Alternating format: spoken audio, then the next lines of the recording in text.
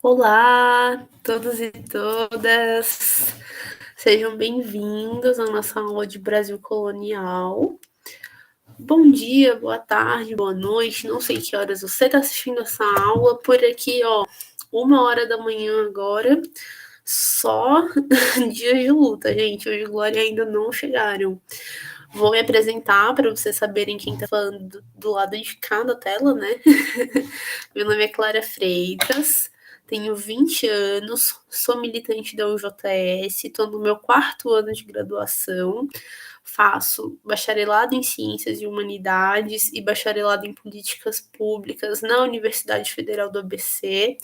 Ingressei na universidade em 2017. Que mais? Sou diretora de universidades públicas da União Estadual dos Estudantes de São Paulo. Entretanto, porém, sou mineira, caso vocês notem um Rzinho puxado aí durante a aula. E é isso aí, gente. Espero encontrá-los muito em breve nas universidades de São Paulo, mas também de todo o Brasil. E já de antemão aqui, desejar uma boa sorte para vocês no Enem. Tá bom, time? Vamos lá, falei, né? Aula de hoje, Brasil Colonial. Vou tentar ser o mais breve que eu conseguir, eu prometo. Vou apresentar minha tela aqui para vocês agora. Vocês me perdoem se eu der uma gaguejadinha, se eu esquecer alguma coisa que eu estiver falando. Já me justifico.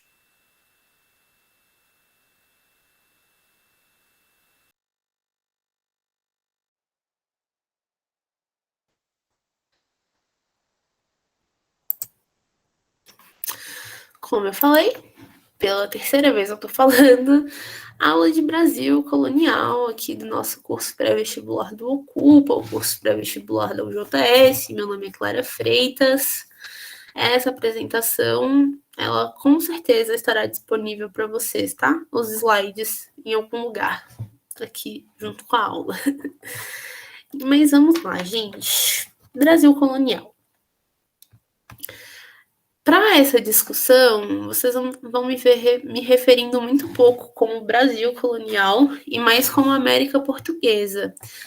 Isso porque, na época de colônia do Brasil, nós ainda não éramos Brasil. Nós não éramos um país independente, nós éramos apenas uma colônia, não nos chamávamos Brasil, e por isso do termo América Portuguesa. E se vocês se depararem com isso no Enem também, não tenham dúvidas de que se trata do Brasil na época da colônia, né?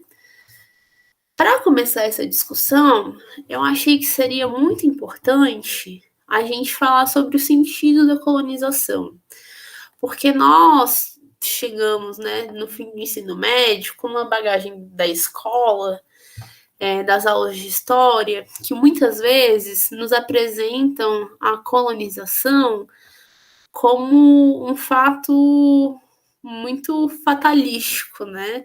Aconteceu a descoberta da América, a descoberta. Por que aconteceu? Porque um dia alguém estava lá navegando e embocou na América. E não foi bem assim, né? Não aconteceu por acontecer. E eu achei importante a gente falar sobre o sentido da colonização. Porque muitas vezes parece também que além dessa descoberta espontânea, né, da América, que ela também foi colonizada com a intenção de ser povoada, né, de se levar pessoas para um lugar onde não se tinha pessoas, o que não é verdade, né, porque tínhamos civilizações aqui na América do Sul, mas a gente tem muito essa narrativa ainda na escola.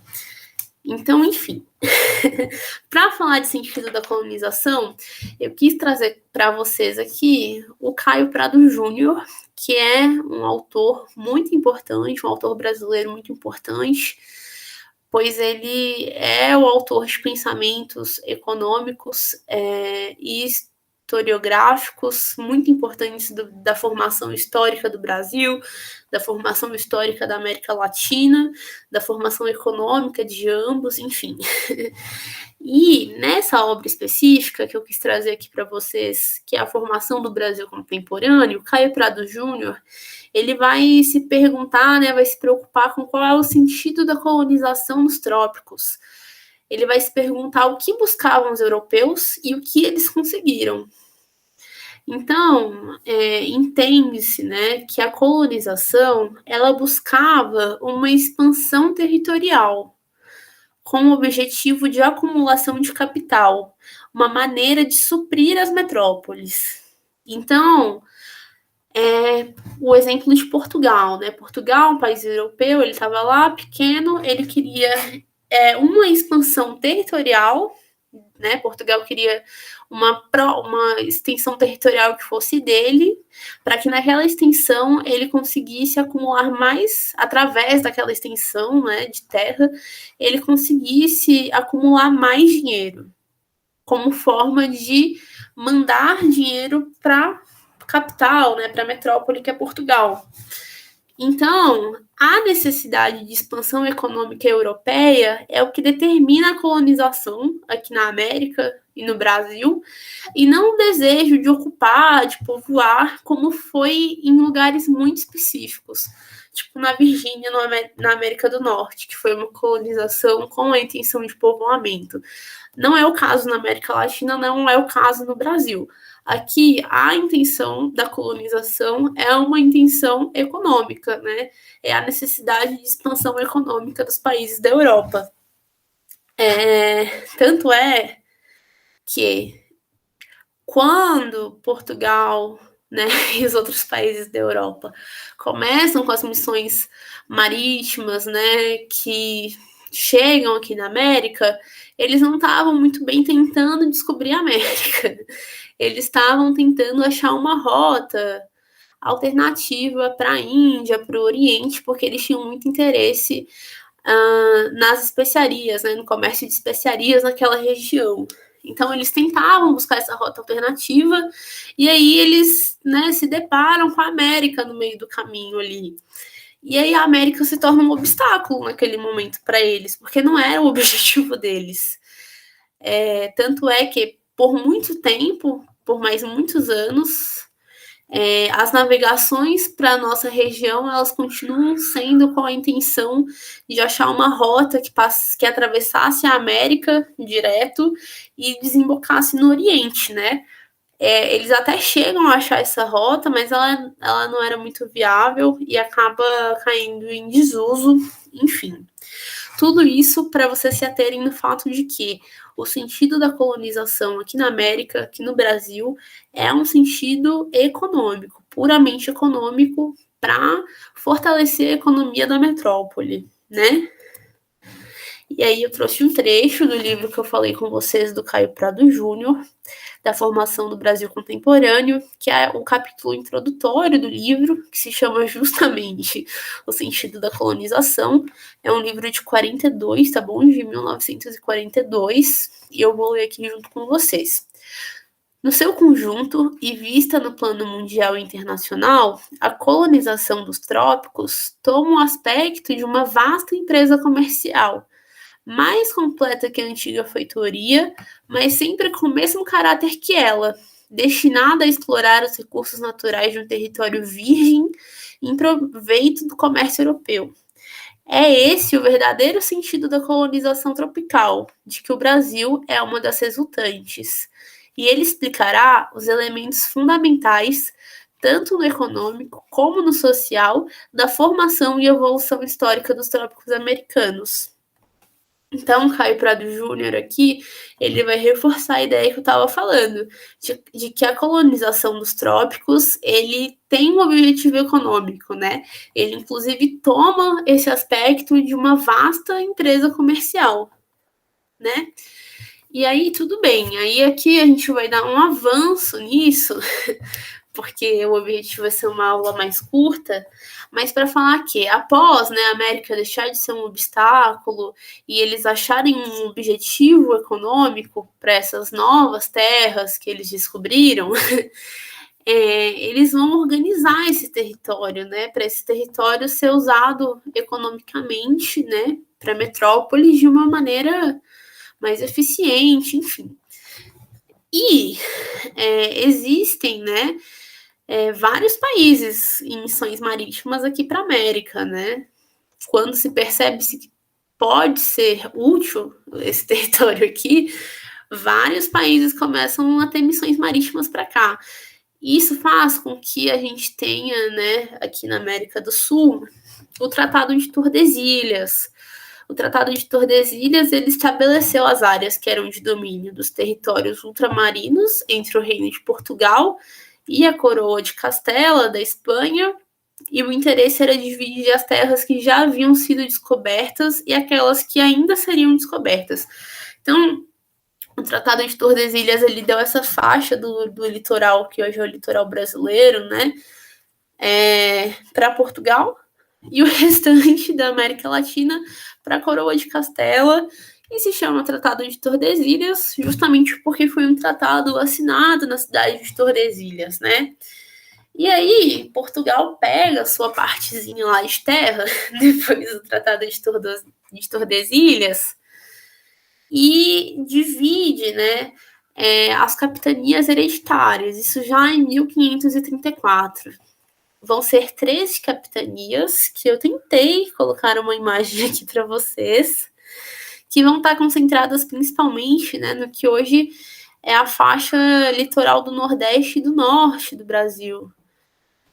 Então, as capitanias hereditárias eram um sistema de administração territorial da América Portuguesa, e esse sistema fazia parte do Império Português, né? Já era institucionalmente uma colônia do Império Português. O objetivo, né, das capitanias hereditárias era fazer com que essa nova colônia de Portugal fosse povoada, para que outros países não viessem aqui e tomassem essa terra, e dividir a administração colonial. E mesmo com esse objetivo, né, bastante organizativo, assim, as capitanias hereditárias não sobreviveram por muito tempo. Elas tiveram uma vigência, né, de apenas 16 anos, e elas motivaram o desenvolvimento das vilas, que aos poucos viraram províncias, e depois fundaram alguns estados aqui no Brasil. Em suma, é um pouquinho disso. E aí, eu já parto para vocês para falar sobre o que eu acho que é um dos pontos mais importantes do Brasil colônia, né? Que é a economia colonial. A base da economia colonial eram os engenhos de açúcar. Além do açúcar, também se destacaram as produções de tabaco e algodão, que na época eram mercadorias de luxo, né? Então, o Brasil, ele produzia e exportava o que era mercadoria de luxo para a Europa, que era o açúcar para fazer doces, bebidas, destilados, enfim, e tabaco, né? Tabaco e algodão. As plantações ocorriam em grandes fazendas produtoras de um único produto, então a gente tem aqui a característica do monoproduto, e utilizando-se da mão de obra escrava e tendo como objetivo final a exportação. Aqui a gente tem um resumão, assim, do que é a economia colonial, né, aqui no Brasil. O Pacto Colonial, imposto por Portugal, estabelecia que o Brasil só podia fazer comércio com a metrópole. Além disso, quem determinava o que era produzido era a metrópole. Então, por exemplo, o Brasil precisava importar insumos para as plantações. Portugal ia lá, comprava de outro país que produzisse aqueles insumos, caso eles mesmos não produzissem, e vendiam para o Brasil com uma taxa de lucro ainda, né? Eles compravam, repassavam o preço que eles pagaram e ainda uma taxa de lucro que iam para eles. Além disso, o Brasil só podia comprar coisas de Portugal, só podia vender os nossos produtos para Portugal, né? Era um monopólio exclusivo, afinal, esse é o sentido de se ter uma colônia. É alguém que vai existir estritamente para servir aos seus interesses econômicos aqui, sobretudo, né? Então, isso mostra que não existia uma preocupação com a soberania alimentar ou a soberania econômica da colônia. Isso não estava em jogo para Portugal. Não interessava se o Brasil ia ter condições de se desenvolver economicamente, se ia ter condições de produzir alimentos suficientes para alimentar quem estava trabalhando aqui na colônia. Isso não era o importante, né? E até hoje não é. Se vocês pararem para pensar, essa questão da soberania alimentar, sobretudo, e essa falta de soberania econômica, enfim, isso é uma coisa que se perpetua da época colonial do Brasil até hoje, né? E a gente ainda hoje, eu devo falar disso mais para frente, mas a gente ainda hoje tem como grande objetivo, né? E grande parte do que a gente produz no Brasil tem o objetivo final a exportação. Não é à toa que agora, durante a pandemia, a gente estava tendo que pagar R$ 40 no quilo do arroz, né? Era sobretudo porque o arroz que a gente produzia, a gente exporta esse arroz, e aí faltou arroz aqui no território brasileiro e a gente teve que importar de volta esse arroz. Então, desde a época colonial, a gente tem uma lógica de economia mundial que opera, né, sem se importar com a soberania alimentar ou econômica dos países terceiro-mundistas, que é o caso dos países aqui da América Latina, né? Mas isso é um debate muito extenso que daria outra aula. Aqui eu trouxe para vocês só nível de curiosidade, né? A estrutura de uma fazenda de engenho. Não vou falar de todos os pontos com vocês, mas tem aqui, ó, o canavial, a senzala, a casa grande, né? Enfim. É isso aí. Tô deixando aqui um tempinho para vocês conseguirem dar uma olhadinha. Essa aqui era a estrutura que mostrava, né, um pouco da estrutura social mesmo do Brasil colônia, né? Enfim, vamos passar aqui. É importante a gente destacar que a economia do Brasil colônia como eu estava falando, né, uma economia para fora, ou seja, uma economia cujo setor dinâmico é o setor exportador e cuja realização do capital se dá externamente, ou seja, na metrópole. Isso quer dizer que tudo que a gente produzia aqui, de bens, de dinheiro, de matéria-prima, tudo se convertia para uso na metrópole, da metrópole. Até a independência, o monopólio de comércio ou exclusivo metropolitano, é outro nome que a gente pode dar para isso, faziam com que o sistema colonial só funcionasse a partir de 3 características fundamentais. Isso aqui é importante vocês terem em mente. Um sistema colonial no Brasil e na América Latina também, a gente pode se estender, ele só funcionaria, ele só daria certo se ele tivesse essas 3 características. A primeira, concentração da renda e da terra. Concentração de renda e da terra nas mãos de poucas pessoas. E o fato da gente produzir só poucos tipos, né, de produtos, como era o caso do açúcar, do algodão e do tabaco, e ter que exportar isso em grande quantidade por determinação da metrópole, fazia com que fosse necessário que a gente tivesse grandes terrenos produzindo um só produto, né? Porque afinal nós tínhamos que exportar grande quantidade. Isso dava uma certa garantia econômica para a metrópole, né? E aí, enfim, a gente tem isso como um fator aqui determinante para o sucesso da colônia, que é a concentração da terra e da renda. Segundo, o trabalho escravo. Por que o trabalho escravo? Porque precisava de uma mão de obra barata. A Europa não tinha servos nem trabalhadores forçados, né, o suficiente para dar conta da mão de obra que a colônia precisava. Ao mesmo tempo, a escravização dos indígenas foi muito complicada, porque eles conheciam a terra e eles tinham, né, algumas literaturas apontam que eles eram mais vulneráveis às doenças, enfim.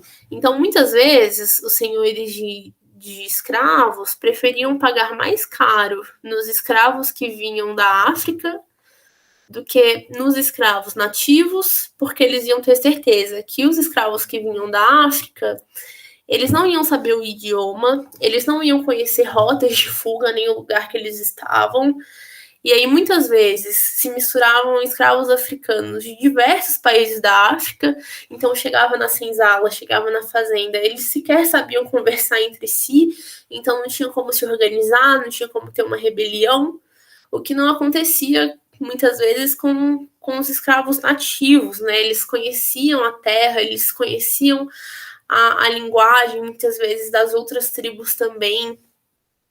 Enfim, o trabalho escravo era essencial porque era uma mão de obra barata. O único custo que um senhor de engenho, né, que um senhor de escravo tinha com o trabalho escravo era o de aquisição do escravo. Mesmo sendo mais caro adquirir, né, um escravo africano do que um indígena, adquirir um escravo africano ainda era muito barato. E no limite, esse próprio escravo, ele ia construir a sua casa, plantar o seu alimento, colher. Então, o único gasto que se tinha com o trabalho escravo era com a aquisição do próprio escravo. E mesmo assim, era um custo muito baixo, era muito rentável, né? O trabalho escravo era muito rentável e era uma condição necessária para que a colônia tivesse êxito. E aí, outra característica essencial era essa, né, da economia ser totalmente voltada para a exportação. Então, para se caracterizar uma colônia, para uma colônia ter sucesso, tudo que se produz dentro da colônia, seja de matéria-prima, seja de dinheiro, seja de minério, tudo é voltado para a exportação. Até porque, a gente vai ver aqui, não existia mercado interno no Brasil. Mas isso a gente vai falar agora.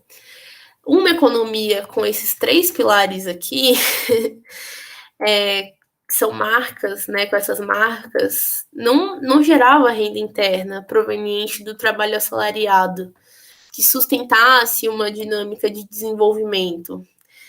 Essa mesma dinâmica, ela é recorrente até hoje no Brasil, eu falei alguns minutos atrás, né, e em outros países da América Latina.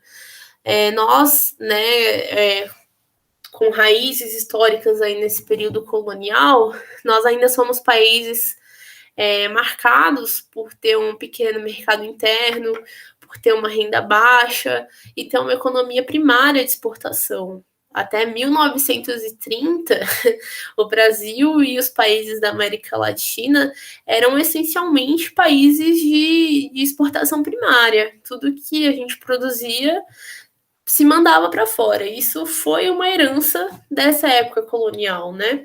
Que os países do terceiro mundo adquiriram. Só que qual é o problema? E aí, eu expliquei aqui, né? A gente não tinha mercado interno porque a gente não tinha uma mão de obra assalariada. Então, para quem você venderia o que era produzido internamente dentro do Brasil, se a maior parte da população eram escravos que não tinham renda? Essa começa a ser uma grande contradição do Brasil colônia e começa a travar o desenvolvimento do país. Isso porque a constituição de mercados internos robustos é uma marca essencial dos países que romperam com o subdesenvolvimento e a pobreza, isso desde o início da Revolução Industrial. Então, essa falta de um mercado interno passa a ser uma das grandes contradições do Brasil colônia. E é uma contradição econômica, né?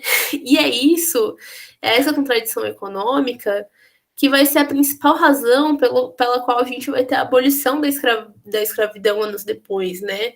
A escravidão é abolida não só no Brasil, mas no mundo inteiro, né? Onde a gente mais teve escravos, que foi nos Estados Unidos, que foi ali no Caribe. A escravidão só é abolida nesses lugares por causa de uma crise econômica que ela gera, né? Ela não deixa com que tenha um desenvolvimento. Então, a abolição da escravidão ela é marcada por esse fator econômico e não por uma questão humanitária, uma questão moral, aquela coisa que a gente às vezes ouve, né? Não, tudo foi estritamente econômico. Então, aqui, para a gente terminar, vamos falar um pouquinho das consequências da colonização, que a gente já deu uma falada, na verdade. Aqui eu coloquei uma chargezinha, né, do lucro à vista, porque, enfim, como eu disse, né, a colonização ela teve esse intuito econômico, então os europeus, os portugueses já vieram, né, com a intenção de fazer uma colonização que ia ser uma colonização que não era de povoação, era de extração. Então, enfim, consequências da colonização. O atraso técnico, o exclusivismo mercantil, que a gente falou, proibição de concorrer. O Brasil não era, né, a colônia, não era um mercado livre, a gente só podia comercializar com Portugal, que é essa limitação comercial. Isso gerava uma dependência externa, porque você dependia sempre dos valores que Portugal ia repassar para você, ia te cobrar naqueles produtos. Essa sujeição econômica, a especialização da economia, porque você se torna uma economia especializada em uma monocultura, como era no caso do café, da cana-de-açúcar, né, para a produção do açúcar, do tabaco e do algodão, mas que mais para frente vai ser o caso com café também aqui no Brasil. Enfim, vocês vão ver isso em outras aulas. E junto com a América Latina e outros países do terceiro mundo também, mas a gente carrega até hoje esse fardo de ser os países que são fornecedores de gêneros primários para o resto do mundo, né? A gente é nós somos quem exportamos as matérias-primas para o resto do mundo, né? Só que uma monocultura, exportar matéria-prima, é algo que acaba com o nosso país, né? A gente acaba com nossos recursos naturais, enfim, muitas problemáticas em torno disso, além da questão de atrapalhar muito o desenvolvimento industrial e econômico do país. Mas isso também vocês provavelmente vão ver mais para frente, nas aulas de geografia e de história. Então, gente, por hoje é isso aqui, a nossa aula de Brasil colonial.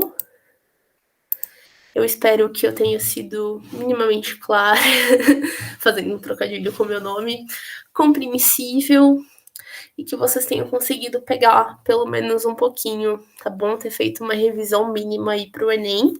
Mais uma vez, desejar boa sorte a todos. E é isso aí, gente. Beijo.